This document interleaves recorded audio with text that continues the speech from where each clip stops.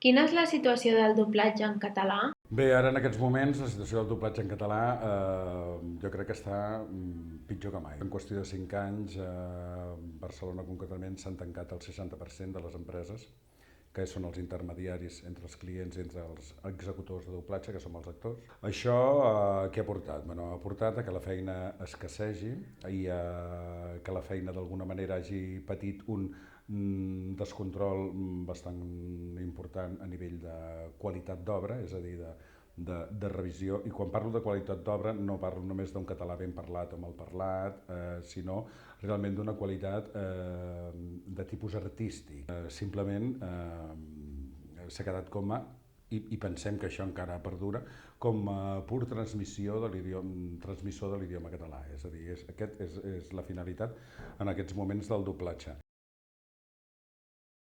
Aquesta situació afecta la professió? Com que s'han creat moltes escoles fantasmes, algunes no, la majoria sí, que només s'han creat en funció de fer diners, és a dir, de superinflar una professió que ara està pagant les conseqüències perquè ens trobem amb una professió que està superinflada al 300 o el 400% sobre la necessitat actual que ara hi ha de demanda d'actors de doblatge, doncs això ens porta directament a baixar preus, a treballar sota preu, a fer acords sota mà amb empreses, etc etc. I que ocupin aquests llocs de treball gent que ve d'escoles privades de doblatge, que s'han muntat a partir de gent que estava dins la professió, que són en aquests moments directors de doblatge, etc, i que fan els repartiments a través de les empreses per la gent que anava a les seves escoles, amb la qual agafen aquesta gent i deixen els autèntics professionals al carrer.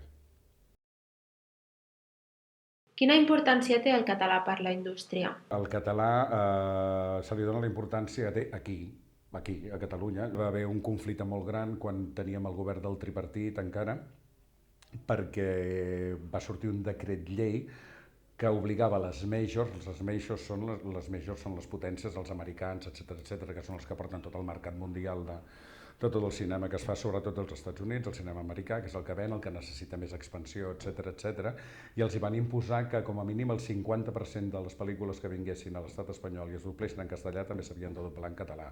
Clar, això és interessant i és important a nivell de política econòmica, lingüística, etc pel nostre govern de la Generalitat, però a les majors, de Texas, de Wyoming o d'Idaho, què cony els vas explicar? O sigui, ells només miren el mercat. O sigui, el mercat espanyol sí que és un mercat potencial de 43 o 44 milions de persones possibles espectadors d'una pel·lícula. Per tant, la inversió que poden fer i, per tant, després a nivell de distribució els hi paga la pena en el sentit de rebre guanys. Un dels grans problemes que va propiciar que tot el doblatge de qualitat que es feia no solament en català, perquè Barcelona sempre ha ostentat la bandera de la qualitat, i tot el doblatge compromès, important, etc en castellà sempre es feia a Barcelona, tot aquest paquet de feina s'ha anat directament a Madrid. És un avantatge ser bilingüe? Evidentment. Això de vegades se't gira a la contra. Jo m'he trobat, per exemple, no amb doblatge, però sí amb altres feines relacionades amb el que és la meva professió, amb teatre, amb televisió, amb cinema, que per exemple, quan a mi m'han contractat de Madrid i quan he reclamat que em pagués, o sigui, quan he arribat a un acord de sou, però he reclamat, bueno, però jo és que tinc un desplaçament, diguéssim, jo em desplaço de Barcelona a Madrid, i quan estic a Madrid això té un cost, i quan estic a Madrid si m'he de quedar 4, 5 dies, 7, 10, un mes, m'he de buscar un hotel, m'he de buscar un apartament, etc i tal. Això fa anys enrere, quan jo vaig començar en aquesta professió, ja t'estic parlant de 30 i pico d'anys, això estava així, era així, i s'entenia perfectament així.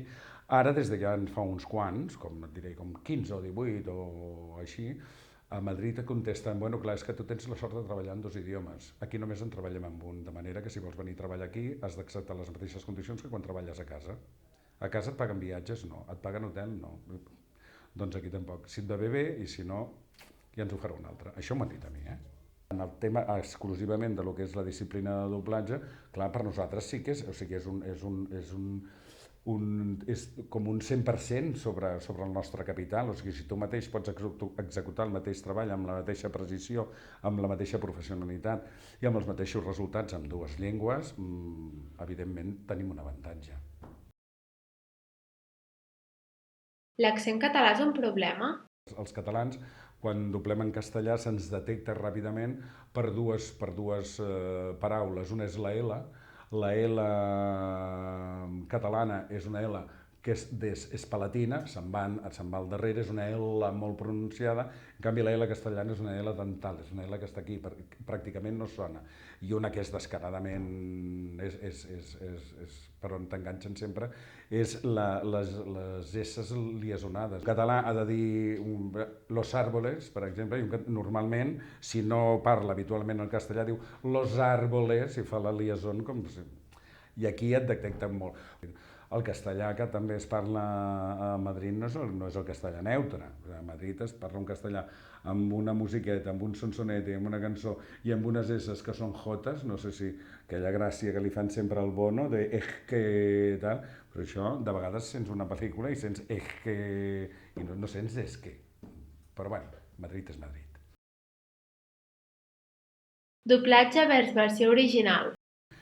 I jo he d'admetre, però clar, és que jo sóc un privilegiat, jo tinc accés a totes les versions originals, clar.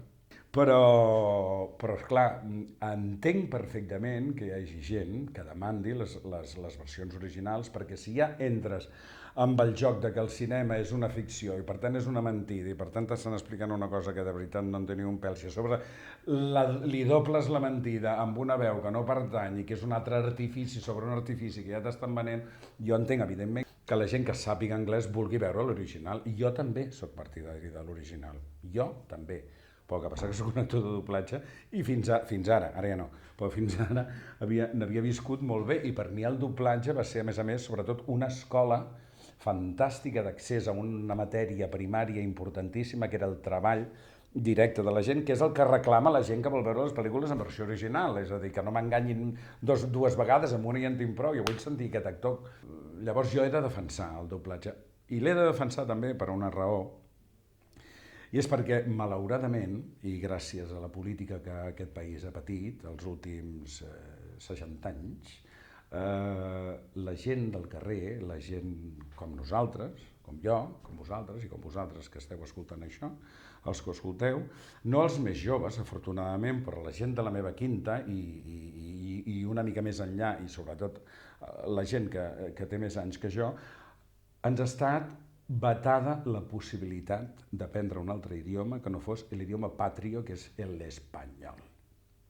Aquest ha estat el gran drama. Com que no ens han donat la possibilitat de tenir accés, ni tan sols ens han donat la possibilitat, perquè estava prohibidíssim i ens castigaven i ens fotien a la presó, ens fotien pallisses, de parlar en català durant molts anys, després de la Guerra Civil Espanyola, i això és veritat, i no m'ho invento, perquè és cert, doncs ja no solament t'han deixat parlar l'idioma que parles a casa teva per naixement, sinó que el fet d'entrar un altre idioma que no fos l'espanyol en les vides de los españolitos de a pie, ni parlar-ne. Només hi tenien accés, com sempre, i desgraciadament, la gent que tenia uns recursos econòmics que els permetia, al marge de lo establert, poder accedir a una educació a nivell d'idiomes més internacionals. Jo entenc que el doblatge, a hores d'ara, i tenint en compte que ara ja no s'utilitza per manipular ni per adoctrinar, perquè el doblatge, amics meus, bàsicament, o sigui, a part de fer-nos més tontos, a nivell d'entendre les coses que passaven fora d'aquí, es va fer bàsicament perquè aquí la censura franquista el que feia és que abans de doblar una pel·lícula agafava els guions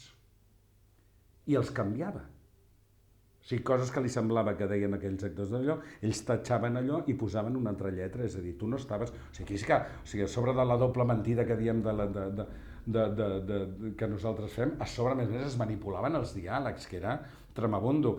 I per tant, jo penso que ara per ara encara és útil, jo penso que encara el doblatge en aquests moments perquè la gent pugui entendre i anar relaxadament al cinema encara pot funcionar, senyor Toni Cantó, tot i que vostè estigui fent aquí aquelarres i estigui demanant que el doblatge es tanqui amb pany i clau i que s'enfonsi i que no es torni a produir mai més una situació així. O sigui que em sembla que vostè s'equivoca, i com s'ha equivocat amb tantes altres coses.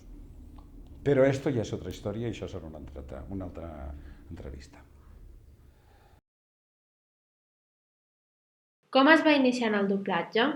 Per casualitat, perquè jo, quan era jove, també era absolutament detractor total del doblatge no em volia sentir ni parlar, les pel·lícules en versió original, encara que no les entengués perquè llavors no les entenia, però era l'època meva que anava llegint els subtítols com un loco i tal, però, bueno, és el que tocava en aquell moment, i jo com a actor de teatre, que estava format en teatre i amb la veritat i amb no sé què i tal, no sé què, no podia consentir anar a veure una pel·lícula doblada. Resulta que jo vaig fer una pel·lícula, jo, o sigui, com a actor, em van proposar fer un paper en una pel·lícula, protagonista d'una pel·lícula, d'una òpera prima, i aquella pel·lícula, quan es va acabar el rodatge, es va haver de muntar i tal, doncs l'enregistrament de so directe de la pel·lícula tenia no misteris, no. O sigui, Fàtima, Lourdes i la Virgen de Covadonga juntes no arribaven ni al 5% dels drames que hi havia en aquell so. Per tant, la pel·lícula es va haver de doblar.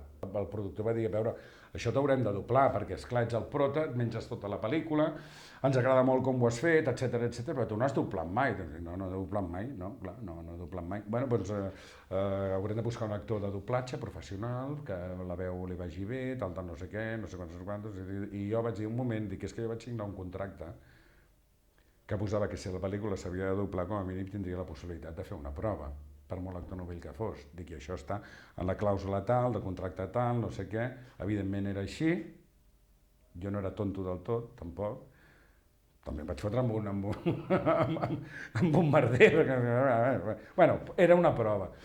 Vaig anar a fer la prova, i va resultar que vaig agafar la sincronia de seguida, vaig entendre la tècnica del doblatge, com m'estava doblant a mi mateix i sabia perfectament la pel·lícula de memòria de dalt a baix, doncs això em va facilitar molt el tema, tant que quan es va acabar el doblatge de la pel·lícula, l'equip que va integrar, l'equip de direcció i producció, etc., de doblatge, a Sonobloc, que és on es va doblar la pel·lícula, el mític Sonobloc, doncs em van dir, escolta, ja sabem que això del doblatge a tu no t'agrada i tal, perquè ens ho has explicat i perquè ens ho has dit i tot això, però si mai volguessis provar això del doblatge, doncs vine, perquè en aquests moments s'estava ja gestant tot el tema de TV3, etc, i necessitarem actors que parlin bé el català i que tinguin la capacitat i que agafin molt ràpid la sincronia del doblatge, com tu l'has agafat. Per tant, per nosaltres tens les portes obertes.